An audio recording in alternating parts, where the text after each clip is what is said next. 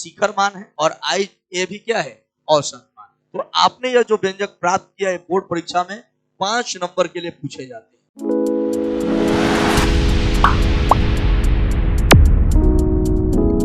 अब आज का महत्वपूर्ण पॉइंट है बच्चों, प्रत्यावर्ती धारा का औसत मान ज्ञात करना, जिसको कभी प्राचीन काल में अपने समझा होगा I बराबर 0.636 IM। उसी को आज हम लोग साबित करेंगे कि प्रत्यावर्ती धारा का औसत मान क्या है। देखो, अगर हम परिभाषा की बात करें तो प्रत्यावर्ती धारा का औसत मान वह नियत मान होता है जो किसी परिपथ में अर्ध आवर्त काल अर्थात पाई बटा ओमेगा समय में उतना ही धारा भेजता है, उतना ही आवेश भेजता है जितना आवेश प्रत्यावर्ती धारा के द्वारा अर्ध आवर्त काल में भेजा जाता है। तात्पर्य यह है कि अगर हम बात कहें कि औसत मान क्या है तो यह नियत धारा का मान है। क्या है भाई? नियत धारा का वह मान है, नियत धारा का वह मान जो पाई बटा ओमेगा समय, पाई बटा ओमेगा क्या होता है? प्रत्यावर्ती धारा का अर्ध आवर्त काल, प्रत्यावर्ती धारा का अर्ध आवर्त काल। यह पाई बटा ओमेगा अर्थात प्रत्यावर्ती धारा के अर्ध आवर्त काल में परिपथ में उतना ही आवेश भेजता है जितना कि अगर हम प्रत्यावर्ती उल्टता को जोड़े तो यह जितना आवेश भेजेगा ना उतना ही आवेश कौन भेजता है? यह औसत धारा भेजता है, औसत मान भेजता है। तो यहाँ पे हम लोग को यह बताना है कि भाई औसत मान का वैल्यू क्या होगा। मान लेते हैं, मान लिया जाए अगर यहाँ जैसे कि फिगर में आपको दिखाया गया है कि कोई परिपथ है जिसका प्रतिरोध का मान कितना है? R है, और इसके साथ V बराबर Vm sin ओमेगा t एक प्रत्यावर्ती उल्टता को जोड़ा गया है जो परिपथ में धारा भेज रहा है I बराबर Im sin ओमेगा t। यह धारा का प्रवाह हो रहा है। मैंने कहा कि अर्ध आवर्त काल में यह जितना आवेश भेजेगा उतना ही आवेश कौन भेजता है? औसत धारा, औसत मान। माने प्रत्यावर्ती धारा का औसत मान उतना पाई बटा ओमेगा समय में उतना ही आवेश भेजेगा जितना कि यह आवेश भेजेगा। हम एक काम करते हैं, औसत मान लेकर और आवेश का मान निकाल लें और इसका मान लेकर आवेश का मान निकाल दें तो मालूम चल जाएगा कि भाई औसत मान का वैल्यू क्या होगा। अब देखो, अगर यह V बराबर Vm sin ओमेगा t, इसमें धारा कितना भेज रहे हैं? I बराबर Im sin ओमेगा t। एक काम करते हैं, तो अगर हमें निकालना होगा इस प्रत्यावर्ती के द्वारा भेजा गया, प्रत्यावर्ती उल्टता द्वारा भेजा गया आवेश कितना होगा? प्रत्यावर्ती उल्टता द्वारा भेजा गया कुल आवेश, भेजा गया आवेश तो आवेश Q बराबर क्या होता है? IT होता है। कितना होता है भाई? IT हो जाता है, IT हो जाएगा। अब समझो, यहाँ पे ये जो आप देख पा रहे हो Q बराबर क्या होगा? IT। माने थोड़े समय के लिए अगर हमें निकालना होगा, अगर हमें DQ आवेश निकालना होगा तो क्या करेंगे?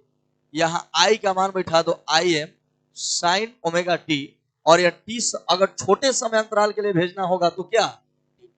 मान लेते हैं कि यह प्रत्यावर्ती जो उल्टता है ना, अत्यंत छोटे समय dt के लिए, अत्यंत छोटे समय dt के लिए यह आवेश कितना भेज रहा है? dq। तो मैंने q के जगह क्या बैठा दिया? dq, और t के जगह dq बैठा दिया।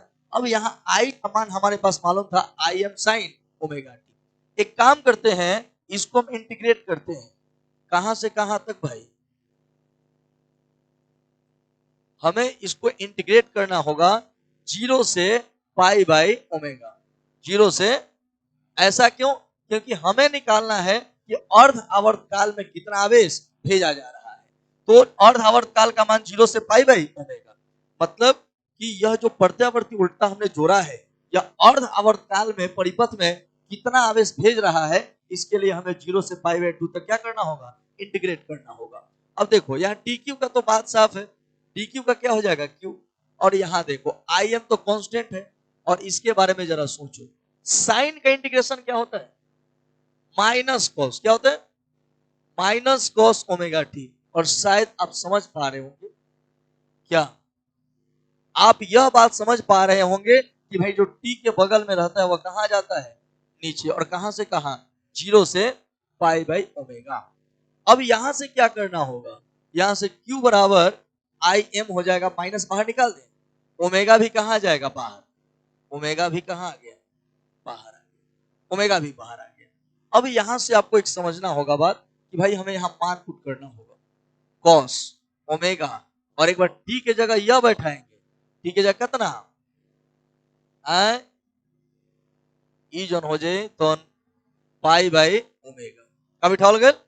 अब माइनस हमने के बाहर निकाल दे बानी सन, ये माइनस थोड़ी रही, खाली कॉस ओमेगा और टी के जगह पर पाई बाई ओमेगा, फिर माइनस का चिन्ह देंगे, माइनस का चिन्ह देंगे और कॉस ओमेगा और टी के जगह 0 हो जाएगा।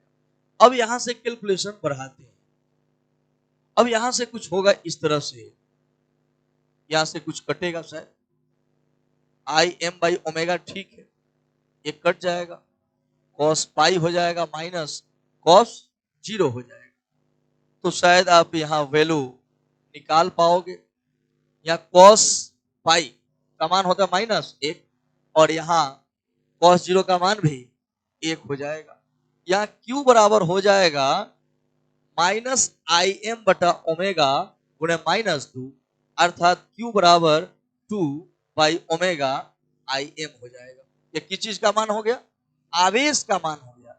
हमने यह समीकरण 1 निकाल लिया, ठीक है, हमने यह समीकरण 1 निकाल लिया कि अगर हम प्रत्यावर्ती उल्टता को जोड़ते हैं तो अर्ध आवर्तकाल पाई बटा ओमेगा समय में यह परिपथ में धारा भेजेगा कितना, 2 बटा ओमेगा आई एम, यह आवेश भेज देगा। अब बात हो रही है कि भाई औसत मान हमें निकालना है। मान लें कि यह प्रत्यावर्ती धारा का औसत मान आई ए भी है, माना कि प्रत्यावर्ती धारा का क्या औसत मान कितना है, आई ए भी है। अतः अर्ध आवर्तकाल